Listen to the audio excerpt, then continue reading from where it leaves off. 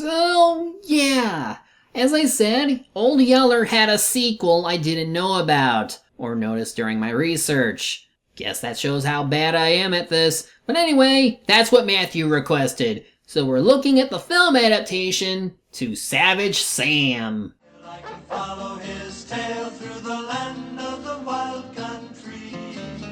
He was born to roam the mountains.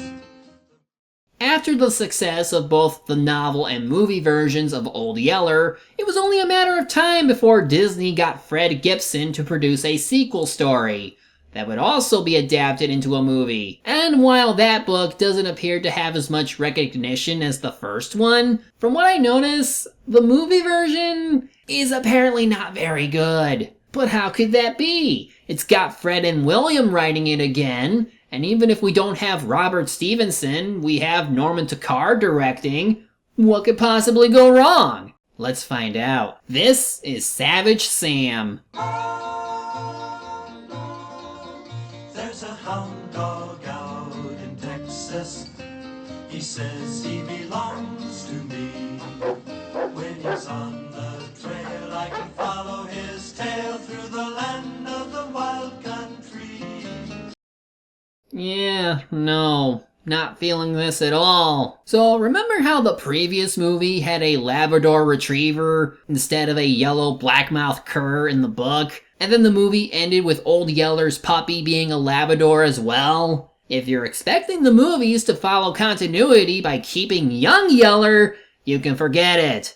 Like the book, they use what I believe is a blue-tick coonhound, which is fine for the book, since I can assume the mother was a coonhound there. But if we're continuing from the first movie and bringing back all the main actors from that, I would expect to have them follow movie continuity, even if it means changing the name of the movie or saying that young Yeller died and got replaced early on. This is set just a few years after the first movie, in like 1870, so anything could have happened, but they don't say anything, so I just have to assume they retconned it. Now, as I mentioned, they got most of the main actors to return, like Tommy Kirk as Travis, Kevin Corcoran as Arliss, and Jeff York as Bud. Lisbeth is now played by Marta Kirsten, and if you're wondering where Travis's parents are, they're not in this movie. Guess Fess Parker really did go to the Alamo and suffered the same fate as his other character. Or they just couldn't get him back, so they made the excuse that both parents are visiting the grandmother. Meaning Travis is in charge again, and of a dog who is very much like his father. Sam, you thieving rascal. You better let me have that. You're a real savage, ain't you? Old Savage Sam. That's the title! And like you're one to talk. You can't beat my dog! You can't beat my dog! Amazing what a few years can do to a kid. Now he's acting more like Travis in the first movie, while sounding like he's on the verge of puberty. Dang your high jumper, get out of there! How many times I gotta tell you to put in this sweet corn? And Travis definitely sounds older and almost adult-like. No, Grandma won't like it up there in heaven. There's nothing to do all day but squat around on a cloud trying to pick one of them old guitars. Harps, not guitars. What's all this talk about dying? I was just thinking, if Grandma dies, Mama's gonna be mighty sad. It'll mean she'll have to wait around until she dies before she gets to see Grandma again. Jeez, what's this about death all of a sudden? You're usually more perky than that. Maybe Old Yeller dying still rattles you, but why bring up dying alone? He's just sad that they've only had bacon and mush a lot, though Travis says they can go hunting after they get done working. I'll have that old cow dry as a sunflower pot before the bacon's half fried. What he said. It certainly seems more Western sounding than the first movie. Oh, that's just adorable right there, though I don't believe udders have that kind of range. And, now it's getting suggestive. And then, for no reason, other than maybe this cat yelping when kicked, Sam starts barking, which scares the cow, and he has to chase it. I have a feeling this movie is going to have some unnecessary filler. just to have unnecessary conflict between the brothers, meaning I was wrong about Arliss, he never grew up at all. Acting like a 6-year-old, I ought to cut me a sprout and thrash your britches. Guess you think you're the boss. Biggest papa, huh? Well, Papa left me in charge instead for you to do what I said. Now go calm that cow down and finish milking. All right. At least with the first movie, you had Travis learning to become a man while also learning that it's okay to have some child innocence and love for dogs. What is going on here? Arliss needing to grow up to be less of an asshole? Ow! Alice! Ow! You quit chucking me, you hear? I hear. Stick him, Sam, grab him.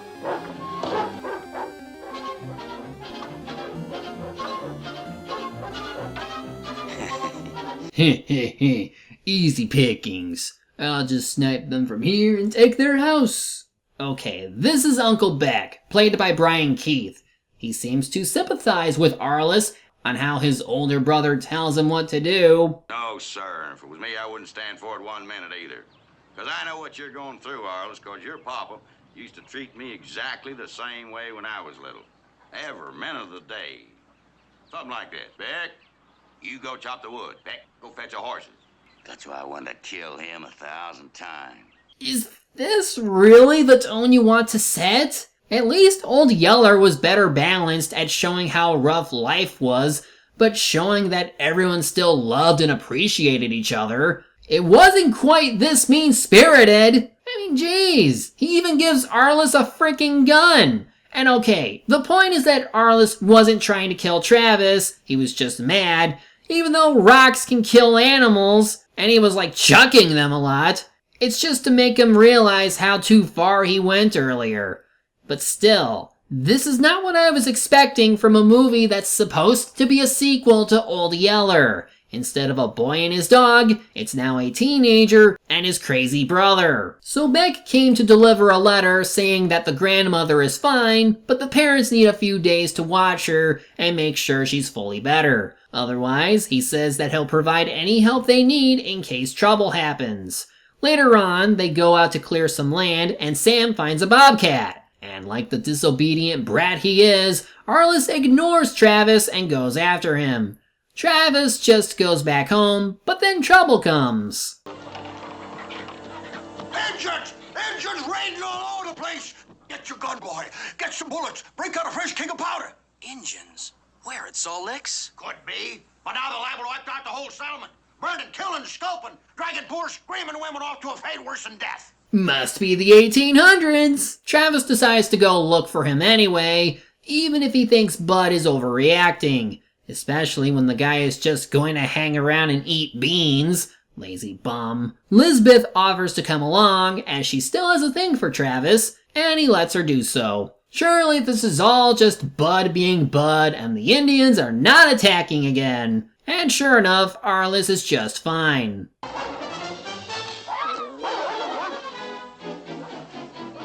Like I said, just fine. I guess Arliss forgot about Beck's lesson about not throwing rocks at your older brother.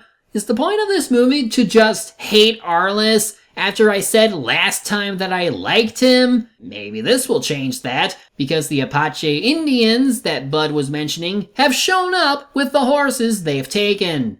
And they have their eyes set on our heroes?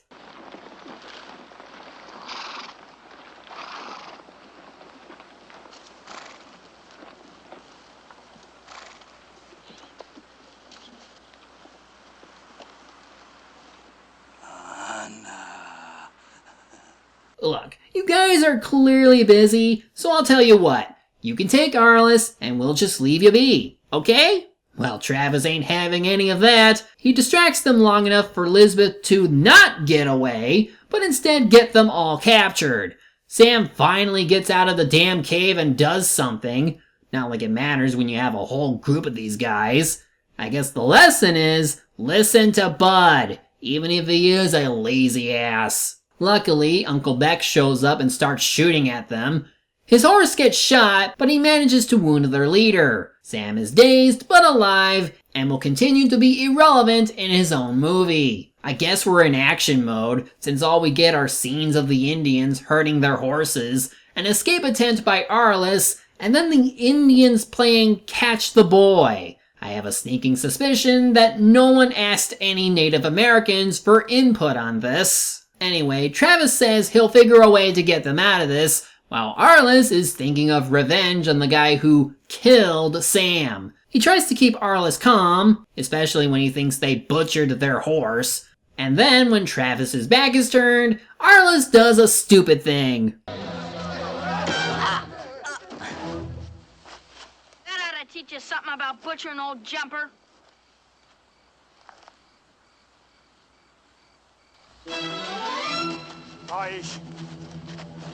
They could just kill him. I mean, he just injured one of them with a big stick. But no, they give him the ultimate humiliation. Strip him naked and put paint on him because they admire his spirit. What's wrong? Didn't you like playing Indian at the end of the first movie? Later, Travis manages to cut their bindings and attempt to get away, but oops, Sam's howling woke up one of the Indians. So that escape attempt failed, and they take off again before Sam arrives. How do we still have like an hour left in the movie? They have a run-in with the US Cavalry, forcing the group to split up and ditch Travis in the process. He finds one of the dead Indians and takes his gun before finding the guy's horse. Gotta use them skills to try and ride it, and failed. Fortunately, Sam finds him and they can try finding everyone again.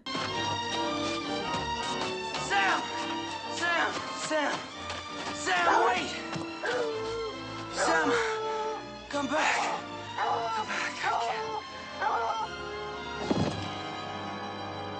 Best dog in the West, my ass! He faints from exhaustion, but is soon found by Beck, Bud, and the rest of their crew. Despite one of them objecting to him coming along, Travis insists he can follow like the one Comanche member who was able to follow by running alongside them after they got shot. This results in more padding, with Bud offering to run at some point, despite being out of shape, and them needing to save Sam from a pack of wolves. Go back, it's Sam. Hold it, no shooting. Beat him off with your ropes.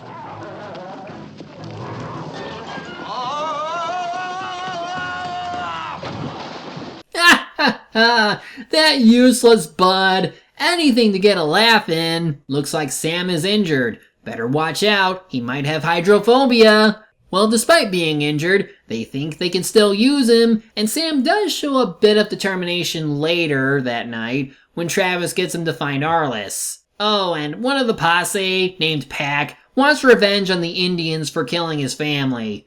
Sure, let's add that into the list of plot elements this movie sorely needed. They're gonna learn different. And I learn them. Sometimes hard to tell who the savages are. Dirty Indian lover! Was this really in the original story? I'd hate to find out. I should probably mention that when Gibson was hired to write the screenplay in 1962, he was an alcoholic at that point. So of course he would frequently have rage moments. And if that wasn't enough, the family dog that was an inspiration for the book was found clubbed to death, and it even led to his son Mike's suicide. The movie came out in 1963, so I hate to imagine that this was the cause for the darker tone.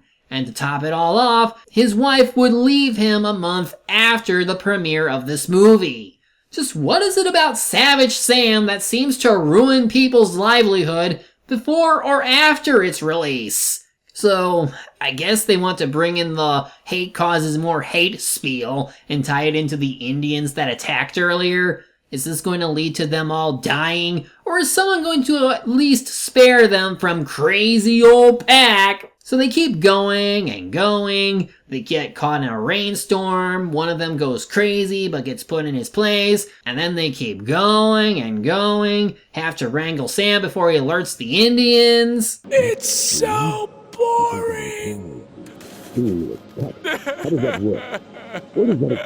Oh good, they found Arliss. How did he not die at this point? At least Lisbeth is here too. Well, they can't just raid them. They got to prep first. This is just a really boring Western movie that tries to take itself seriously, but forgets that it was a sequel to a freaking humble movie. A movie that heavily featured a dog. And here, the dog has barely done anything to matter in this. You're dirty, murdering savages.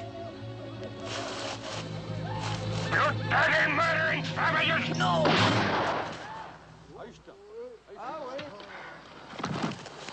Oh look, you killed one. Guess the cycle of hate will continue and the hostages will die. Freaking idiot. So, this is the last major action scene of the movie. A good chunk of it of people fighting and getting killed. It's only now that Sam breaks free and goes on the attack, and Pac is just really lucky that none of the hostages were harmed. Bud even gets one moment to be a badass as he shoots one of the ones who took his daughter from a mile away. Otherwise, Arliss wins by using rock throw.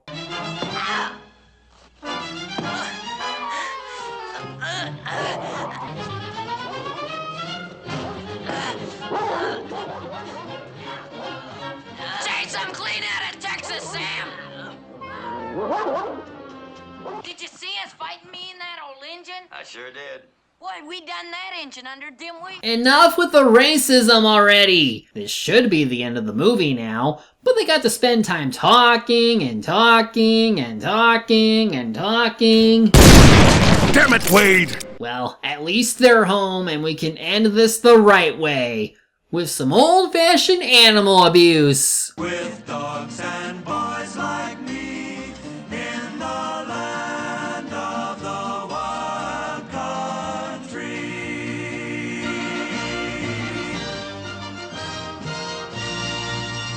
Man, this movie was really bad. This was like the total opposite of the first movie, where it was all nice and heartwarming. Instead, this was just upsetting and disappointing. It's like they went out of their way to make Travis and Arliss as unlikable as possible, before throwing in a rescue mission storyline that I guess was meant to bring the two closer together, but nothing really changed by the end, except Travis and Lisbeth getting closer. Sam was barely a part of this movie, as there was not much bonding between him and anyone, and he usually gets sidelined or beaten pretty easily. It just seems like an excuse for Disney to have a Cowboys and Indians movie, but with a dog who sometimes helps out. The whole hatred spiel comes right the hell out of nowhere and becomes part of the final battle, and nothing was really learned. This movie reeks of low effort in terms of story. The acting was fine, but man, this was not a good follow-up at all. But that's not the end of it,